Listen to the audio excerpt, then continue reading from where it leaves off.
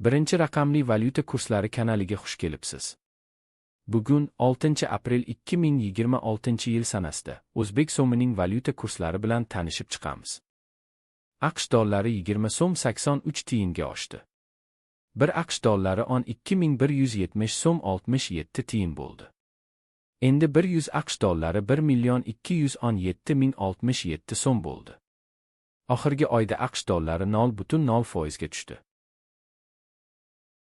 Yevro 44 so'm 69 tiyinga oshdi. 1 yevro 1048 so'm 60 tiyin bo'ldi. Endi 100 yevro 1,404,860 so'm bo'ldi. Oxirgi oyda yevro 0,7% ga tushdi.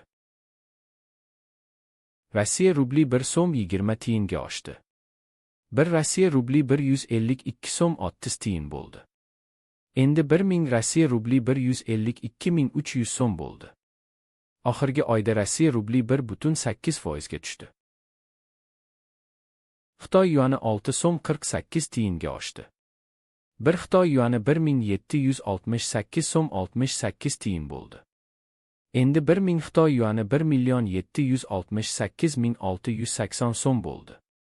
Oxirgi oyda Xitoy yuani 0,1% ga oshdi. Koreya voni 3 tiyinga oshdi.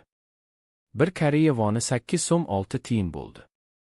Endi 1000 Koreya voni 8060 so'm bo'ldi. Oxirgi oyda Koreya voni 2,8% ga tushdi.